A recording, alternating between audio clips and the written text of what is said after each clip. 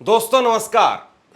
लगातार खबरें निकल करके सामने आती है कि नीतीश कुमार खेला करेंगे, बिहार में खेला होगा, लेकिन खेला क्या वाकई महाराष्ट्र में होने जा रहा है?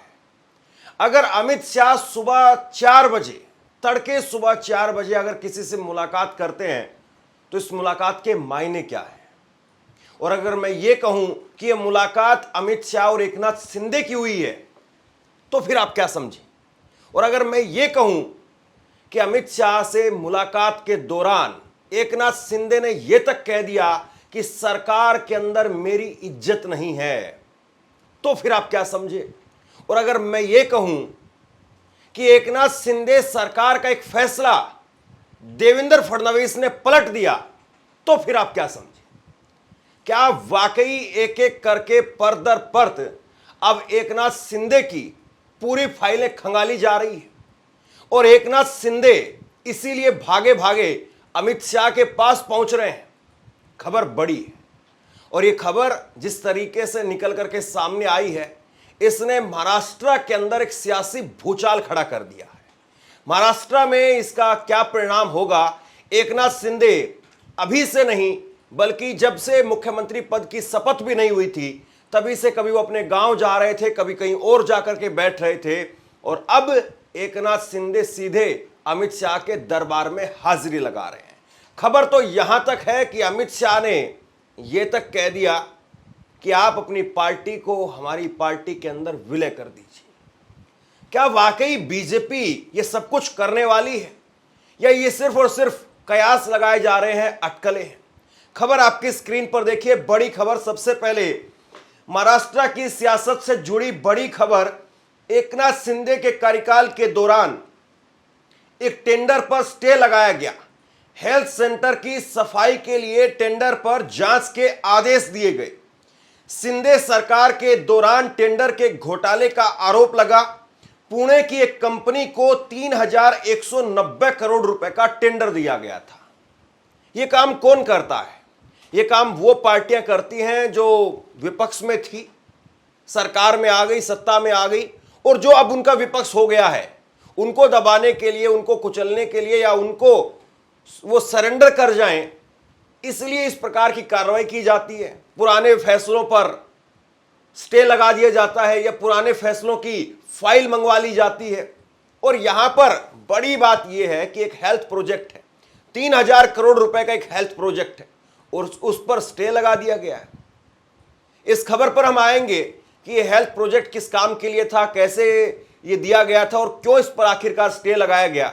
लेकिन ये आधिकारिक तौर पर खबर निकल करके सामने आई, और ये जैसे ही कल खबर निकल करके सामने आई उसके बाद में महाराष्ट्र के सियासी गलियारों के अंदर हलचल सी पैदा हो गई। दूसरी खबर देखिए, सामना के मुखपत्र में एकनाथ शिंदे पर बड़ा खुलासा। 22 जनवरी को अमित शाह एकनाथ शिंदे के बीच में मुलाकात हुई। सामना में यह कहा गया है, एकनाथ शिंदे ने अमित शाह से फडणवीस की शिकायत की है। एकनाथ शिंदे ने कहा कि सरकार में मेरी इज्जत नहीं है। एकनाथ शिंदे ने कहा कि मेरे सारे फैसले पलट दिए जाते हैं। तो अब आप क्या समझे? एकनाथ शिंदे वो मुलाकात कर रहे हैं अमित शाह से और कह रहे कि मेरी ना तो इज्जत है और ना ही मेरे फैसलों को बरकरार रखा जा रहा है, मैं तो कोई विरोधी भी नहीं था।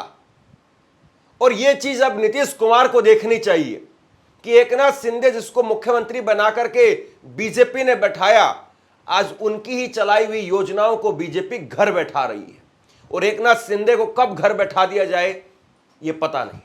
अब तीसरी बड़ी खबर देखिए, महाराष्ट्र की सियासत में बड़ा सियासी भूचाल। एकनाथ शिंदे ने सीएम पद की मांग कर दी है। इससे बड़ी खबर और नहीं हो सकती है। अमित शाह ने शिंदे की मांग को ठुकराया। सामना के अंदर यह कहा गया है, शिवसेना के मुखपत्र सामना में बड़ा खुलासा। 22 जनवरी को अमित शाह और शिंदे के बीच में सुबह 4 बजे मीटिंग हुई है। गुप्त मीटिंग में तड़के सुबह 4 बजे शिंदे और अमित शाह की मुलाकात हुई है। दरअसल जो 22 जनवरी का दिन है वो बीजेपी के लिए ऐसा लगता है कि कोई बहुत खास दिन नहीं हो पाया। 22 जनवरी से आपको याद आता होगा, पिछले साल 2024 22 जनवरी को राम मंदिर का उद्घाटन भी हुआ था। बीजेपी बम्पर जीत का भरोसा उसको मान करके चल रही थी कि राम मंदिर का उद्घाटन हो गया, अब तो बल्ले बल्ले होगी, 400 पार सीट आएगी। लेकिन मोदी जी को 240 का करंट लगा और मोदी जी पूर्ण बहुमत भी नहीं पा सके। और ये उनके साथ पहली बार हुआ। उनके राजनीतिक कार्यकाल के अंदर 13 साल वो मुख्यमंत्री रहे, 11 साल प्रधानमंत्री हो गए, कभी उनके कार्यकाल में ऐसा नहीं हुआ कि उनको एक बिना पूर्ण बहुमत की सरकार मिली हो। और अब की बार 22 जनवरी को फिर से एक झटका लगा है और ये बातें शिवसेना के मुखपत्र सामना में कही गई है। तो शिवसेना के मुखपत्र सामना में कई बड़े खुलासे हुए हैं और ये खुलासे ये बताते हैं कि सब कुछ तो ठीक नहीं है। ऊपरी तौर पर देखें तो सब कुछ ठीक नजर आता है, लेकिन अगर आप खबरों को खंगालेंगे तो फिर पता चलता है कि बहुत कुछ ऐसा है जो एक सियासी भूचाल कभी भी ला करके खड़ा कर सकता है। अगर महाराष्ट्र के सियासी समीकरण को देखें तो जाहिर सी बात है बीजेपी बहुत मजबूत है, इतनी मजबूत है कि उसकी सरकार गिरने की संभावना नहीं है। लेकिन एकनाथ शिंदे भाजपा की एक दूसरी सरकार ना बने, इस बात की पूरी संभावना पैदा कर सकते हैं और वो बिहार की सरकार है। एकनाथ शिंदे अगर बिगड़ गए तो बिहार में सरकार बनने के समीकरण भी बीजेपी के बिगड़ जाएंगे। इस बात को मोदी और अमित शाह बखूबी समझते हैं। वो इस बात को जानते हैं कि अगर एकनाथ शिंदे ने बाहर आकर के कुछ बोला तो फिर उसके बाद में नीतीश कुमार का कैडर, नीतीश कुमार का वोटर, नीतीश कुमार के नेता वो अपने आप राजद में यानी आरजेडी के अंदर भागते हुए दिखाई देंगे। और इसीलिए हर मुमकिन कोशिश की जा रही है कि एकनाथ शिंदे को एडजस्ट किया जाए। लेकिन क्या वाकई एकनाथ शिंदे को एडजस्ट किया भी जाएगा? क्या एकनाथ शिंदे को लेकर के बीजेपी वाकई अब सीरियस भी है, या बीजेपी को लगने लगा है कि अब सेंटर में भी हम 240 वाली बात पर नहीं है, यानी सेंटर में भी 240 वाला जो करंट था उसको हमने खत्म कर दिया है और अब मध्य महाराष्ट्र के अंदर भी हमने वो बहुमत पा लिया है जिसके सहारे अब हम आसानी से सरकार चलाएंगे। ना एकनाथ शिंदे अब हमारा कुछ बिगाड़ सकते हैं, ना अजीत पवार हमारा कुछ बिगाड़ सकते हैं, ना ही अगर इंडिया गठबंधन कोई बड़ा उलटफेर करता है, कोई बड़ा गठजोड़ करता है तो इंडिया गठबंधन कुछ कर सकता है। तो क्या ये वहम ही बीजेपी को ले डूबेगा? क्या अमित शाह का यही अहंकार कि अब हम 400 पार वाली बात तो नहीं है लेकिन उससे कम भी अब नहीं है, क्या यही अहंकार अब महाराष्ट्र के अंदर बड़ा सियासी उलटफेर करता हुआ नजर आएगा? सवाल इस बात का है। अब देखिए सामना, ये जो मुखपत्र है शिवसेना का, सामना के इस वक्त में संजय राउत ने जो है ये लेख लिखा है। अब कहा जा सकता है कि उनकी राजनीतिक मंशा होगी या फिर राजनीति में जिस तरीके से पानी में पत्थर मार करके करंट चेक किया जाता है उस तरह का कोई प्रयोग कर रहे हैं, ये कहा जा सकता है। लेकिन शिवसेना के मुखपत्र में जो बात कही जा रही है वैसी भनक सरकार के फैसलों से क्यों आ रही है? देवेंद्र फडणवीस आखिरकार क्यों एकनाथ शिंदे के द्वारा किया गया टेंडर उस पर स्टे लगा रहे हैं? ये तो कहीं पर भी शिवसेना या शिंदे या फिर संजय राउत की मंशा नहीं है, ये तो सीधे तौर पर बीजेपी की मंशा है और इसीलिए बीजेपी ने स्टे लगा दिया है। अब क्यों स्टे लगाया गया है, क्या इस पूरे मामले में ये टेंडर के दौरान कहा गया था, जरा ये देख लीजिए। ये टेंडर क्या था? स्वास्थ्य विभाग के अधिकार क्षेत्र में आने वाली सभी सरकारी अस्पतालों, प्राथमिक स्वास्थ्य केंद्रों और उप प्राथमिक केंद्रों की सफाई का काम आउटसोर्स करने पर सहमति बनी थी। इसके लिए सालाना 638 करोड़ रुपए, 3 साल के लिए कुल 3190 करोड़ रुपए का ठेका पुणे की एक निजी कंपनी को 30 अगस्त 2024 को दिया गया था। अब उस फैसले को मुख्यमंत्री देवेंद्र फडणवीस ने ब्रेक लगा दिया है। तो जिस काम को एकनाथ शिंदे करके गए थे, और जाहिर सी बात है जिस प्राइवेट कंपनी को दिया गया है उसके साथ में भी कोई ना कोई तो अपना रसूख होगा, कोई ना कोई तो उसके साथ में संबंध होगा। एकनाथ शिंदे की इस बार सीटें आई हैं, इस बात में कोई दो राय नहीं है, लेकिन एकनाथ शिंदे क्या वाकई भाजपा को आंख दिखा पाने में कामयाब हो पाएंगे, या सिर्फ और सिर्फ जो है ये एकनाथ शिंदे की एक हेकड़ी बन करके रह जाएगी जिसको बीजेपी कभी भी निकाल देगी? क्या फिर इंतजार बिहार चुनाव का किया जा रहा है? शिंदे सरकार के कई फैसलों पर रोक लगा दी है। शिंदे सरकार की अनियमितता के खिलाफ मुख्यमंत्री देवेंद्र फडणवीस ने कार्रवाई शुरू कर दी है। उन्होंने शिंदे सरकार के कई फैसलों को निलंबित कर दिया है। चर्चा है कि आने वाले दिनों में कई सारे निर्णय भी रद्द कर दिए जाएंगे। गौरतलब है कि मुख्यमंत्री एकनाथ शिंदे की सरकार में स्वास्थ्य मंत्री तानाजी सावंत थे। उस वक्त सावंत पर अधिकारियों के तबादले, एम्बुलेंस खरीदी में हजारों करोड़ रुपए के घोटाले के आरोप लगाए गए थे। लेकिन अब तो सरकार अपनी ही है, या फिर यह कहा जा रहा है कि अब सरकार तुम्हारी नहीं है, सरकार भाजपा की है। और ऐसे में भाजपा जो चाहेगी वो होगा। और क्या भाजपा सिर्फ अभी तो ट्रेलर दिखा रही है, इसकी फिल्म जो है वो बाकी है?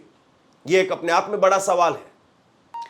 अब जरा ये ग्राफिक के जरिए समझिए सामना में जो लिखा है कि किस तरीके से दोनों नेताओं के बीच में, अमित शाह और शिंदे के बीच में मुलाकात के दौरान क्या क्या बातचीत हुई है। एकनाथ शिंदे और अमित शाह के बीच में गुप्त बैठक हुई सामना के मुताबिक, और अमित शाह इसमें पूछते हैं कि क्या बात है शिंदे जी, सुबह के 4 बज रहे हैं, इतनी जल्दी क्या है, इतनी जल्दी आप क्यों आए हैं?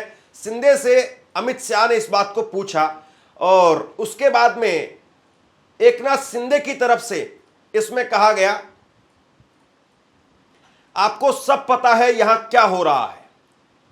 यानी एकनाथ शिंदे की टीस यही है कि अमित शाह के इशारे पर हो रहा है। अमित शाह कहते हैं कि क्या हो रहा है।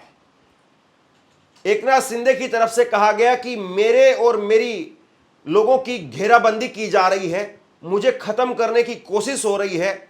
आपने वादा किया था कि सीएम मैं ही रहूंगा। ये एकनाथ शिंदे अब अमित शाह को बातें याद दिला रहे हैं कि मेरी भी घेराबंदी की जा रही है, मेरे लोगों की भी घेराबंदी की जा रही है, और आपने कहा था कि मैं ही सीएम रहूंगा। लेकिन इस पर अमित शाह की तरफ से जो है इस पर फिर पलटवार किया गया कि उन्होंने कहा कि हमारे 125 विधायक चुने गए हैं, तो आप कैसे दावा कर सकते हैं? मतलब अब नंबर गेम वो अमित शाह बता रहे हैं।